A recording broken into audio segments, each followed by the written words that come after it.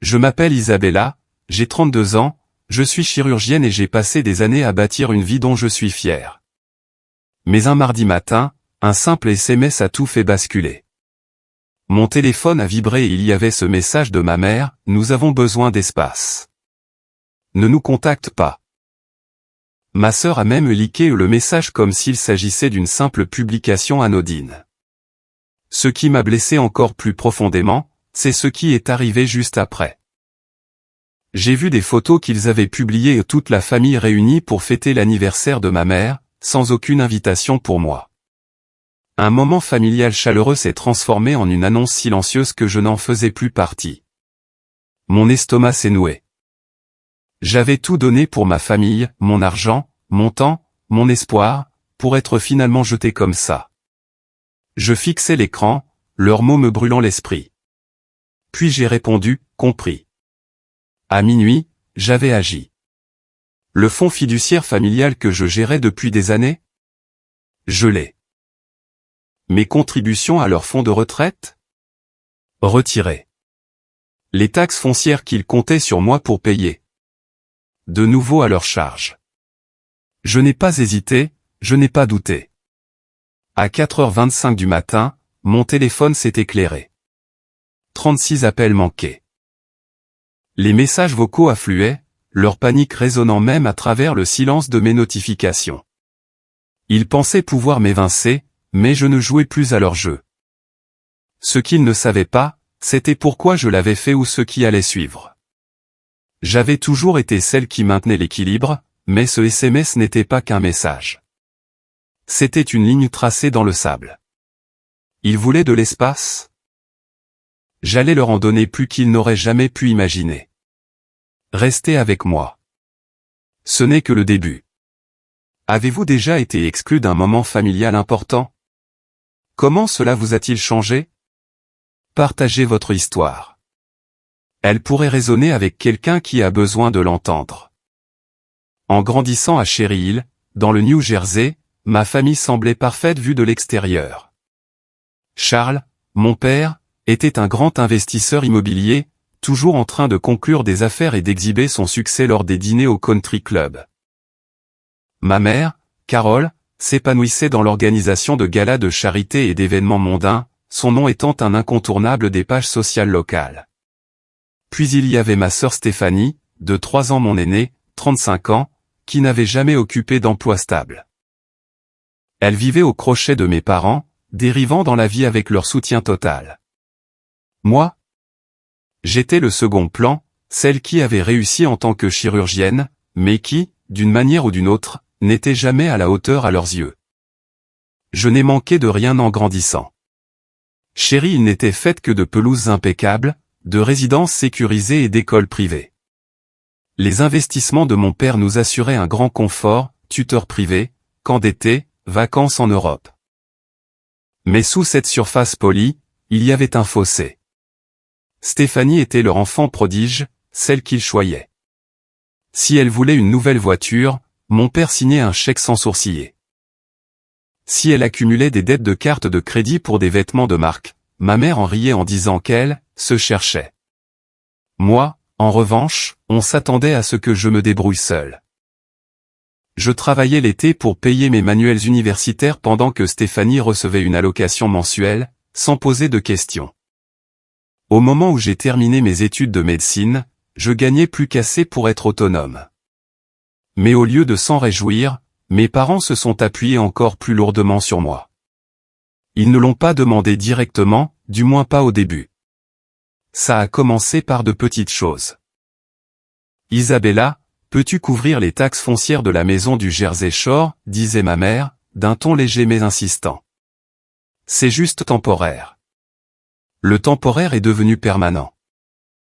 Je payais l'entretien de cette immense maison de vacances, 6 chambres, vue sur l'océan, une piscine que personne n'utilisait la moitié du temps. Je couvrais leurs factures d'électricité quand les affaires de mon père périclitaient. J'ai même envoyé de l'argent à Stéphanie pour ses « urgences », qui n'étaient généralement que des voyages impulsifs ou de nouveaux sacs à main. Je me disais que c'était mon rôle. J'étais celle qui réussissait, la chirurgienne avec un revenu à 6 chiffres. Si je pouvais maintenir la famille à flot, peut-être me verrait-il comme il voyait Stéphanie. Peut-être que mon père arrêterait de balayer mes réussites d'un bref « c'est bien, Isabella ». Peut-être que ma mère arrêterait de s'extasier sur les idées farfelues de Stéphanie tout en ignorant mes longues heures à l'hôpital. J'ai versé des centaines de milliers de dollars dans leur vie. 300 000 $ pour la maison du Jersey Shore à elle seule, et 50 000 $ de plus par an pour les dépenses de Stéphanie. Je pensais que cela comblerait le fossé, que cela ferait de nous une vraie famille. Mais non. À chaque dîner de famille, je me sentais comme une étrangère dans ma propre maison.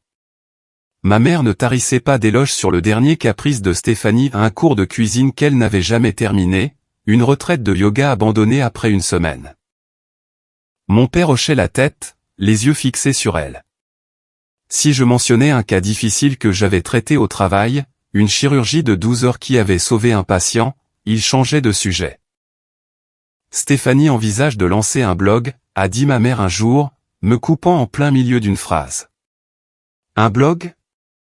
Comme si cela pouvait se comparer à la reconstruction de la colonne vertébrale de quelqu'un. J'essayais de passer outre, de me concentrer sur mon travail, mais la solitude s'est installée.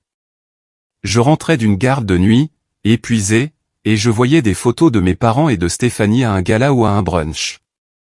Tous souriants, sans aucune mention de moi. Je parcourais les publications de ma mère sur les aventures de Stéphanie, sans jamais un mot sur ma carrière. Je continuais à signer des chèques, espérant qu'un jour il remarquerait. « Tu es tellement responsable, Isabella », disait ma mère. Mais ce n'était pas de la fierté dans sa voix. C'était une exigence. Stéphanie, pendant ce temps, ne pouvait rien faire de mal. Elle emboutissait la voiture de mon père et il en riait. Elle dépensait trop et ma mère appelait cela « vivre sa vérité ». J'ai commencé à me poser des questions. Pourquoi étais-je celle qui payait les factures alors que Stéphanie récoltait les applaudissements? Pourquoi mes parents agissaient-ils comme si mon succès était une évidence, mais que chaque geste d'elle était un miracle? Je n'avais pas de réponse, mais le poids de tout cela devenait étouffant. Je restais éveillé la nuit à me demander si j'étais le problème. Peut-être que si je donnais plus, si je faisais plus, il finirait par me voir. Je me suis accroché à cet espoir alors même qu'il m'échappait. Avec le recul, je vois à quel point j'étais naïve. Je pensais que l'argent pouvait acheter leur amour, leur respect. Mais tout ce que cela a fait, c'est me rendre invisible. J'étais leur banque, pas leur fille. Et cette prise de conscience n'était que le début. Tout a changé quand Julie, une collègue, a dit quelque chose que je ne voulais pas entendre. Julie Walsh, une infirmière à l'hôpital où je travaille, a toujours été perspicace, remarquant des détails que les autres rataient. Nous n'étions pas proches, juste des collègues partageant une pause café occasionnelle, mais elle avait le don d'aller droit au but. Un après-midi, alors que nous nous lavions les mains après une longue chirurgie, elle m'a regardé et a dit « Isabella, ta famille s'appuie trop sur toi. Tu portes toute leur vie sur tes épaules. » J'ai ri pour masquer mon malaise. Elle ne connaissait pas ma famille. Comment le pourrait-elle? Mais ces mots sont restés, me harcelant comme une écharde que je n'arrivais pas à retirer. Gérer les finances de la famille était devenu mon deuxième travail. En plus de mes chirurgies, je gérais les comptes de notre maison de vacances du Jersey Shore, taxes foncières, entretien, assurance, tout.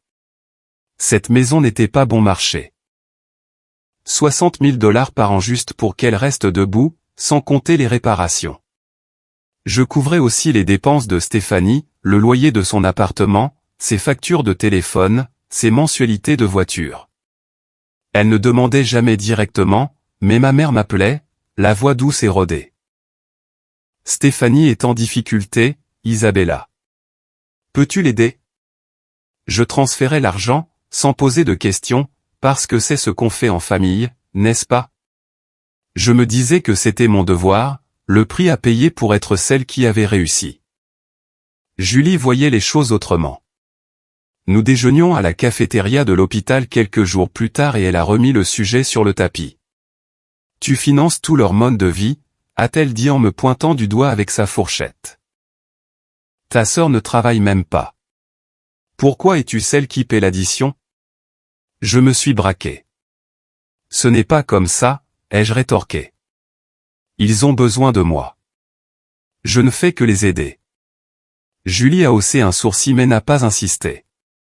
Pourtant, ses paroles résonnaient. Je ne voulais pas l'admettre, mais je savais qu'elle n'avait pas tout à fait tort. La vérité est que je gérais la fiducie familiale depuis le début de ma vingtaine. Mon père me l'avait confié après qu'une de ses affaires a mal tourné, disant que j'étais plus doué avec les chiffres. Ce n'était pas un compliment, c'était un fardeau. J'équilibrais les comptes, payais les factures et m'assurais que tout le monde vive confortablement. Pendant ce temps, Stéphanie flottait dans la vie, pas de travail, pas de responsabilité. Elle appelait ma mère pour se plaindre d'une facture de téléphone en retard et ma mère m'appelait. Peux-tu t'en occuper, Isabella, disait maman, d'un ton sous-entendant que je leur devais bien ça. Je n'ai jamais dit non. Mais le commentaire de Julie m'a poussé à regarder de plus près. J'ai remarqué des choses que j'avais ignorées auparavant. Mes parents n'ont jamais demandé à Stéphanie de contribuer. Bien qu'elle ait 35 ans et soit parfaitement capable de travailler, il l'a félicitée pour les moindres petites choses, un nouveau passe-temps, un voyage d'un week-end alors que mes gardes de 12 heures à l'hôpital recevaient à peine un signe de tête. Une fois, j'ai mentionné une chirurgie complexe que j'avais dirigée, sauvant un patient après un accident de voiture. La réponse de mon père, c'est génial, Isabella. Au fait, Stéphanie pense à prendre des cours de photographie. Des cours de photographie? Comme si cela valait ce que je faisais. J'ai commencé à faire le compte. L'année dernière seulement, j'ai dépensé 75 000 $ pour les dépenses de Stéphanie, son loyer, sa voiture, ses factures de carte de crédit.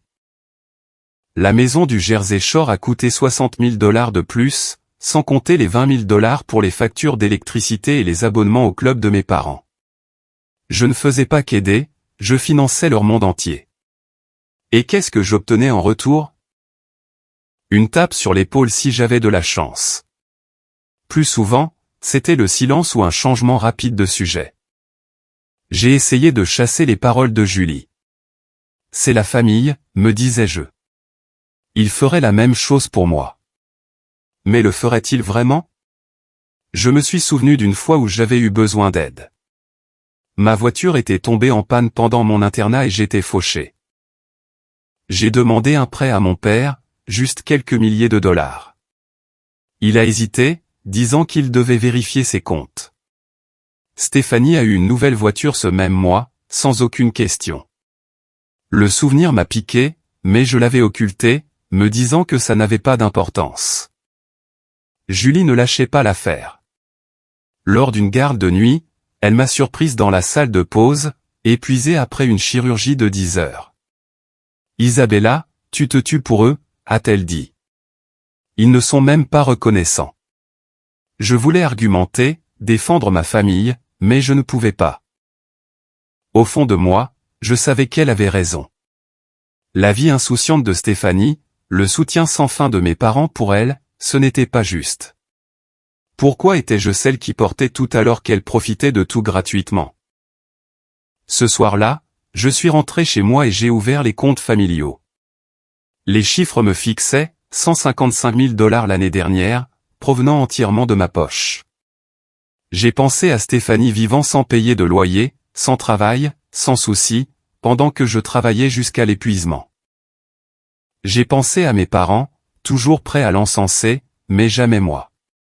Pour la première fois, je me suis autorisé à ressentir le poids de la situation, l'injustice, le ressentiment. Je n'étais pas encore prête à agir. Pas tout de suite. Mais les paroles de Julie avaient brisé quelque chose. Je ne pouvais plus ignorer la réalité. Les tensions ont explosé lors d'un dîner de famille l'été dernier. C'était l'une de ces rares soirées où je n'étais pas de garde, alors j'ai conduit jusqu'à la maison de mes parents à Cherry Hill, espérant un moment de connexion. Au lieu de cela, je suis tombé en pleine tempête. Mon père venait d'acheter une nouvelle Mercedes à 45 000 $, toutes options, garé dans l'allée comme un trophée. Ma mère montrait des plans pour une rénovation de la maison, un projet de 70 000 $ pour refaire la cuisine et ajouter une véranda. Ils dépensaient comme si l'argent tombait du ciel, mais je savais ce qu'il en était. Leur compte était à sec, et je comblais discrètement les manques depuis longtemps. Le dîner a commencé de façon assez civilisée. Nous étions assis autour de la table en acajou, les verres en cristal préférés de ma mère brillant sous le lustre. Stéphanie était là, les yeux rivés sur son téléphone, à peine présente. Puis mon père s'est raclé la gorge. « Isabella, nous devons parler de la maison », a-t-il dit d'un ton sérieux. « La rénovation va coûter plus cher que prévu. Peux-tu ajouter 20 000 $? Je me suis figé, la fourchette à mi-chemin de ma bouche. 20 000 $ en plus des 60 000 $ que je payais déjà chaque année pour la maison du Jersey Shore, sans parler de leurs autres dépenses. Avant que je puisse répondre, ma mère a enchaîné. C'est pour la famille, Isabella. Tu réussis tellement bien à l'hôpital. J'ai pris une grande inspiration, essayant de rester calme. Papa, maman, je couvre déjà beaucoup de choses, ai-je dit. La maison de vacances, les factures de Stéphanie, vos abonnements au club. Je ne peux pas continuer à ajouter sans cesse. Le visage de mon père s'est durci. Nous ne demandons pas grand-chose, a-t-il dit. Tu es chirurgienne. Tu peux te le permettre. Stéphanie a levé les yeux de son téléphone avec un sourire narquois. Ouais, Isabella. Ce n'est que 20 000 $. C'est quoi le problème? C'est là que Stéphanie a lâché sa bombe. En parlant d'argent, a-t-elle dit en se penchant en avant, j'ai cette idée géniale pour une boutique. Mode haut de gamme, marques exclusives. J'ai besoin que tu investisses, disons, 50 000 $ pour commencer. Je l'ai regardée, stupéfaite. Une boutique? Stéphanie, qui n'avait jamais gardé un emploi plus de 6 mois, qui avait échoué à ses cours de commerce à la fac, pensait pouvoir gérer un magasin. Stéphanie, c'est un risque énorme, ai-je dit en choisissant mes mots avec soin. Tu n'as aucune expérience dans la vente au détail. Ce n'est pas une bonne idée. Son visage est devenu rouge. Tu ne crois pas en moi, a-t-elle craché. Ça fait des semaines que je fais des recherches. Je sais ce que je fais. J'ai secoué la tête. Ce n'est pas une question de confiance. C'est une question de chiffres. La plupart des boutiques font faillite la première année. Je ne peux pas jeter 50 000 $ dans quelque chose qui n'a pas de plan solide. Stéphanie a croisé les bras, furieuse. Tu es tellement égoïste, Isabella. Tu veux juste tout contrôler. C'est là que mes parents sont intervenus. La voix de ma mère était tranchante. Isabella, pourquoi ne peux-tu pas soutenir ta sœur? Elle essaie de construire quelque chose. Mon père a hoché la tête. Stéphanie a une vision. Tu es trop focalisé sur ton travail pour le voir. J'ai senti ma poitrine s'oppresser. Mon travail paie pour cette famille, ai-je lancé, la voix montant d'un ton. Je ne suis pas une banque. Je ne peux pas financer chaque caprice. Mon père a frappé du poing sur la table. Ne nous parle pas sur ce ton, a-t-il dit. Stéphanie essaie de faire quelque chose de sa vie. Tu pourrais apprendre d'elle. J'étais anéanti. Apprendre d'elle? Stéphanie, qui vivait sans payer de loyer, qui n'avait jamais payé une facture à temps, était leur star. J'avais passé des années à maintenir leurs finances à flot, des centaines de milliers de dollars, d'innombrables heures à gérer leurs comptes. Et pourtant, ils étaient là à défendre son idée bidon tout en me rabaissant. Je ne financerai pas la boutique, ai-je dit fermement. C'est trop risqué, et Stéphanie n'est pas prête. Ma mère a eu un haut le cœur. Comment oses-tu parler de ta sœur comme ça, a-t-elle dit. Tu as toujours été jalouse d'elle. Jalouse? Le mot m'a frappé comme une gifle.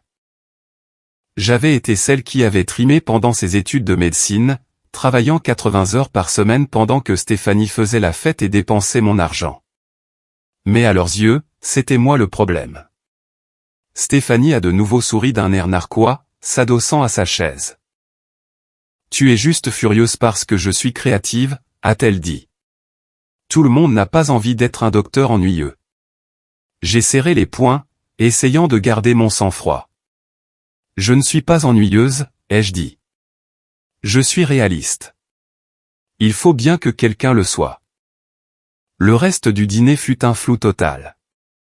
Mes parents continuaient de défendre Stéphanie, louant son ambition tout en critiquant mon attitude. Chaque fois que j'essayais d'expliquer les risques, l'argent que je dépensais déjà, ils me coupaient la parole. « Tu es trop rigide », disait ma mère. « Tu ne comprends pas ce qu'est la famille », ajoutait mon père. Nous t'avons mieux élevé que ça. Au moment du dessert, j'avais l'impression de disparaître. Il parlait comme si je n'étais pas là, planifiant la boutique de Stéphanie comme si je n'avais rien dit. Je suis parti ce soir-là en me sentant plus seul que jamais. En rentrant chez moi, je repassais la conversation dans ma tête. Les mots de mes parents me faisaient mal, mais le sourire narquois de Stéphanie me brûlait davantage. Ils ne me voyaient pas. Ni mes sacrifices, ni mon travail, rien. J'avais dévoué ma vie à la leur, et tout ce que j'obtenais, c'était des reproches. Pour la première fois, je me suis demandé s'il changerait un jour. Ce dîner n'était pas qu'une dispute, c'était un signal d'alarme. Je ne savais pas quoi faire, mais je savais que les choses devaient changer. 2 semaines plus tard, je buvais un café dans mon appartement, parcourant mes courriels, quand mon téléphone a vibré. C'était un message de ma mère, « Nous avons besoin d'espace. » Ne nous contacte pas, ces mots m'ont frappé comme un coup de poing. Je fixais l'écran, le cœur battant la chamade. Avant même de pouvoir réagir, j'ai vu que Stéphanie avait liké le message. Ma sœur aimait un message qui m'excluait de notre famille. Ce n'était pas juste un message. C'était une trahison pure et simple. J'ai essayé de comprendre. Après ce désastreux dîner de famille, j'avais gardé mes distances, espérant que les choses se tassent. Mais ceci était délibéré. J'ai ouvert les réseaux sociaux de ma mère, ce que je faisais rarement. Et c'était là. Des photos de sa fête d'anniversaire publiées la veille. Un événement somptueux au country club de Cherry Hill, traiteur, musique live, Stéphanie souriant à ses côtés. Mon père était à l'arrière-plan, portant un toast avec un verre de vin. Je n'avais pas été invité. Pas un appel, pas un message, rien. Ils avaient tout prévu, avaient fait la fête et m'avaient totalement tenu à l'écart. La douleur était vive, plus tranchante que ce à quoi je m'attendais.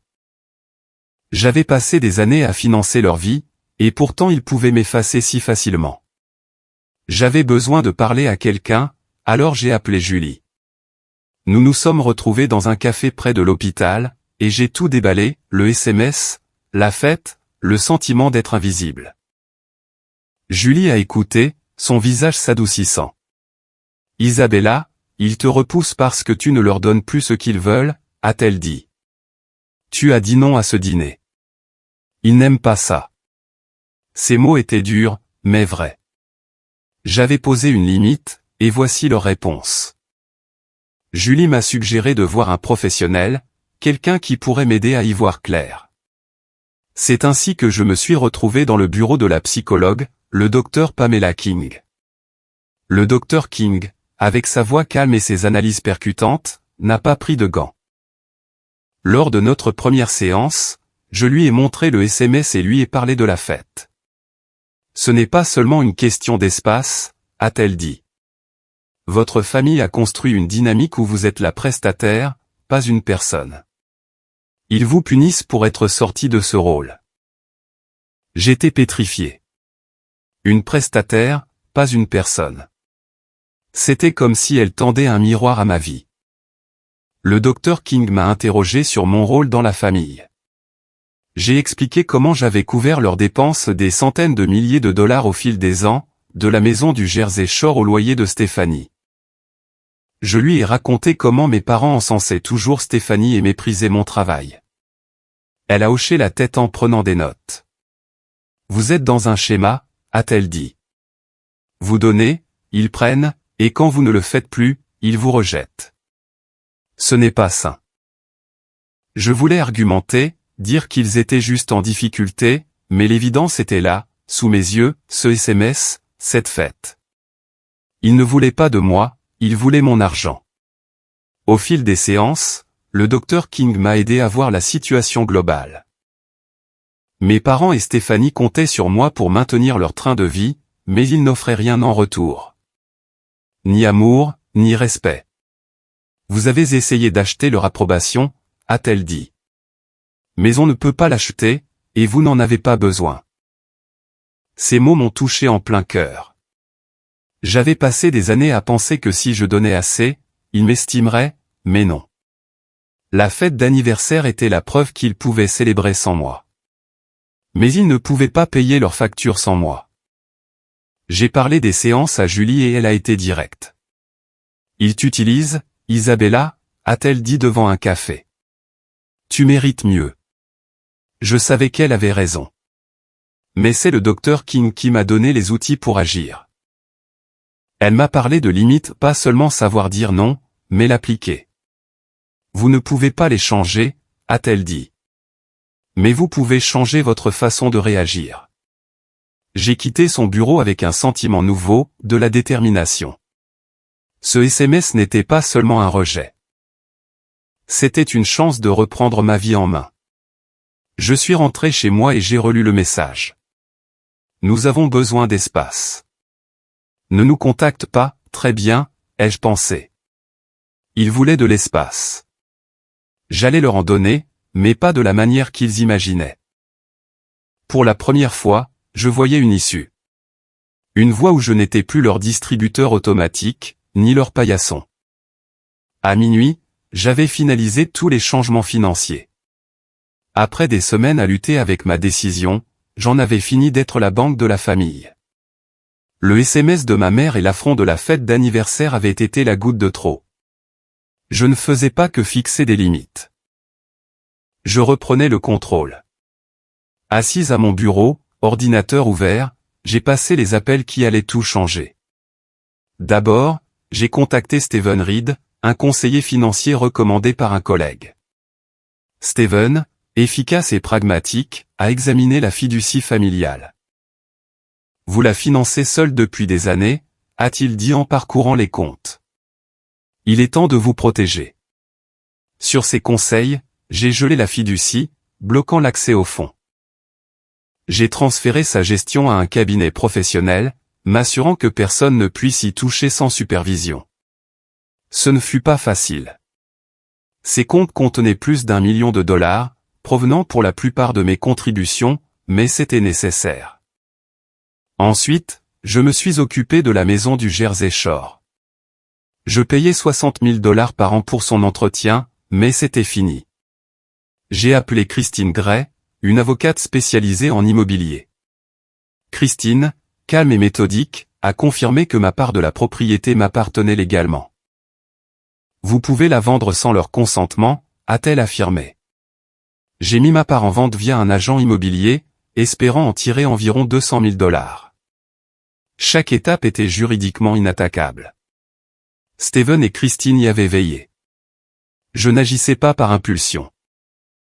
Je faisais les choses dans les règles. Enfin, j'ai stoppé tous les transferts d'argent à ma famille. Plus de loyer pour Stéphanie. Plus de factures d'électricité pour mes parents. Plus de cotisations au country club. J'ai annulé les prélèvements automatiques, coupant le robinet que j'avais laissé ouvert pendant des années. C'était comme arracher un pansement. Douloureux, mais libérateur. À minuit, je me suis adossé à ma chaise, épuisé mais résolu. C'était fait. Le contre-coup ne s'est pas fait attendre. À 4h25 le lendemain matin, mon téléphone explosait. Mon père a appelé 16 fois. Ma mère 12 fois. Stéphanie 8 fois. 36 appels au total, chacun plus enragé que le précédent. Je les ai laissés tomber sur la messagerie. Les messages de mon père étaient secs. Isabella, qu'est-ce que tu fabriques? Règle ça immédiatement. Ceux de ma mère étaient plus mielleux, mais manipulateurs. Comment as-tu pu nous faire ça, Isabella? Nous sommes une famille. Ceux de Stéphanie étaient du pur venin. Tu es tellement égoïste. Tu ruines nos vies. Je n'ai pas répondu. J'en avais assez entendu lors de ce dîner l'été dernier. Puis vinrent les SMS. Ma mère en a envoyé un très long, tu nous abandonnes. Nous t'avons confié les finances de la famille et c'est comme ça que tu nous remercies. Celui de mon père était plus court, rappelle-moi ou tu le regretteras. Stéphanie était implacable. Un barrage d'accusations, tu es jalouse parce que je vis ma vérité. Tu n'es qu'un docteur froid et autoritaire. Je fixais mon téléphone. Chaque message était un coup de poignard. Mais je n'ai pas flanché. Les paroles du docteur King résonnaient dans ma tête, je ne pouvais pas les changer, seulement ma façon de réagir. Le pire est arrivé quand Stéphanie a rendu l'affaire publique. J'ai ouvert mes réseaux sociaux pour découvrir ces publications dégoulinantes de mépris. Certaines personnes pensent qu'elles valent mieux que leur famille parce qu'elles ont de l'argent. Ne vous laissez pas berner par la réussite de ma sœur. Elle n'a pas de cœur. Le post avait des dizaines de likes, principalement de ses amis, et quelques commentaires qui en rajoutaient « Waouh, c'est bas. Quelle trahison !» J'avais la nausée. J'avais passé des années à la soutenir payant son loyer, ses factures, 75 000 $ l'année dernière et maintenant, c'était moi la méchante. Le message s'est propagé et j'ai vu qu'il était partagé par des gens que je ne connaissais même pas. J'ai rappelé Christine, inquiète des conséquences juridiques. Sa publication est méchante, mais ce n'est pas de la diffamation, a dit Christine. C'est juste un drame familial exposé sur la place publique. Restez concentrés. Steven a renchéri, m'exhortant à ignorer le bruit ambiant. Ils paniquent parce qu'ils perdent le contrôle, a-t-il dit. Continuez d'avancer. Leurs conseils calmes m'ont permis de garder les pieds sur terre. Je ne reculerai pas. Les appels et les messages continuaient, entre rage et désespoir. Le ton de ma mère a viré à la supplication, Isabella, on ne peut pas garder la maison sans toi. S'il te plaît, parlons. Mon père a tenté la culpabilisation, tu brises le cœur de ta mère, Isabella. Les messages de Stéphanie restaient haineux, m'accusant de saboter ses rêves. Je n'ai pas répondu. Leur réaction ne faisait que confirmer ce que le docteur King avait dit, ils me voyaient comme une ressource, pas comme une fille. À la fin de la semaine, je ressentais le poids de leur colère, mais aussi une étrange clarté. Le poste de Stéphanie, leurs appels frénétiques, tout cela montrait à quel point ils dépendaient de moi et à quel point ils m'estimaient peu. Je ne me battais pas seulement pour mon argent. Je me battais pour moi-même. Ce n'était pas fini, mais j'avais fait le premier pas concret. Un mois plus tard, ma famille a commencé à ressentir les conséquences. J'avais coupé leur bouée de sauvetage financière, et les répercussions étaient indéniables. Mon téléphone est resté silencieux pendant les premiers jours après avoir gelé la fiducie et vendu ma part de la maison de vacances, mais le silence ne dura pas. Leur monde s'effondrait, et je n'étais plus là pour en tenir les morceaux. Mon père et ma mère ont fait le premier pas. Ils ont vendu la part restante de la maison du Jersey Shore pour couvrir leurs dettes croissantes. La propriété, autrefois leur fierté et leur joie, s'est vendue 300 000 $, mais la majeure partie est allée aux créanciers. Je l'ai appris par un ami commun qui a vu l'annonce disparaître. Mon père s'était toujours vanté de cette maison, symbole de leur statut à Cherry Hill, mais maintenant, elle n'était plus là. Ils ont aussi radicalement réduit leurs dépenses. Fini les abonnements au country club, fini les week-ends à Manhattan, fini les dîners luxueux. Les réseaux sociaux de ma mère, autrefois remplis de photos de luxe, sont devenus silencieux. C'était un changement brutal, que je n'avais pas anticipé si tôt. Stéphanie a dû faire face à sa propre réalité. Sans mon argent pour couvrir son loyer et ses factures, elle a dû se débrouiller seule. Une connaissance en ville m'a dit qu'elle avait pris un emploi de vendeuse dans un magasin de vêtements local. Stéphanie, qui avait toujours méprisé les emplois ordinaires, passait maintenant ses journées à encaisser des clients et à plier des pulls. Ce n'était pas prestigieux, mais c'était un début. Pour la première fois depuis des années, elle ne se reposait ni sur mes parents, ni sur moi. J'ai ressenti une pointe de respect pour son effort, mais cela n'effaçait pas la douleur de sa trahison. Les messages ont recommencé une semaine après la vente. Ma mère a envoyé le premier, d'un ton désespéré, « Isabella, nous sommes en difficulté. Pouvons-nous parler? Nous avons besoin de ton aide. » J'ai lu le message, le cœur lourd, mais je n'ai pas répondu. Le message de mon père est venu ensuite, plus agressif, « Tu es en train de déchirer cette famille. Rappelle-moi. » Celui de Stéphanie était un mélange de culpabilité et de venin, « J'ai un boulot, Isabella. T'es contente maintenant? Tu as tout gâché. » Je fixais leurs mots, chacun essayant de me ramener dans leur orbite. Mais j'avais fait mon choix. Les rencontrer maintenant ne ferait que rouvrir de vieilles blessures. Ils n'ont pas arrêté. Les appels de mon père étaient quotidiens, parfois 2 fois par jour, ces messages vocaux alternant entre supplications et menaces. « Nous t'avons élevé, Isabella, disait-il dans l'un d'eux. Tu nous es redevable. N'aggrave pas les choses. » Les SMS de ma mère devenaient de plus en plus frénétiques, « S'il te plaît, Isabella, on perd tout. Viens juste à la maison. » Stéphanie a envoyé un dernier message cinglant, « Tu n'as pas de cœur. Je bosse maintenant et tu continues de nous punir. » Je n'ai répondu à aucun d'eux. Leurs mots me blessaient, mais je me souvenais comment ils m'avaient exclu, comment ils privilégiaient mon argent à ma personne. Je suis resté ferme, même quand la pression est montée. Les menaces de mon père sont devenues juridiques, « Je vais te poursuivre pour mauvaise gestion de la fiducie », m'a-t-il envoyé par SMS. Je n'étais pas inquiète, Christine avait veillé à ce que chaque étape soit inattaquable. Pourtant, cette hostilité était épuisante. Voir leur nom s'afficher sur mon téléphone me nouait l'estomac. Mais je n'ai pas faibli. J'avais passé des années à porter leur fardeau, et c'était terminé. Le travail de Stéphanie a été la plus grande surprise. Je l'avais toujours vue comme l'enfant gâté, la sœur qui ne grandirait jamais. Pourtant, elle était là, travaillant 40 heures par semaine, payant son propre loyer. Une partie de moi se demandait si cela aurait pu arriver plus tôt si je n'avais pas été sa complice financière pendant si longtemps. Mais cette pensée est vite passée.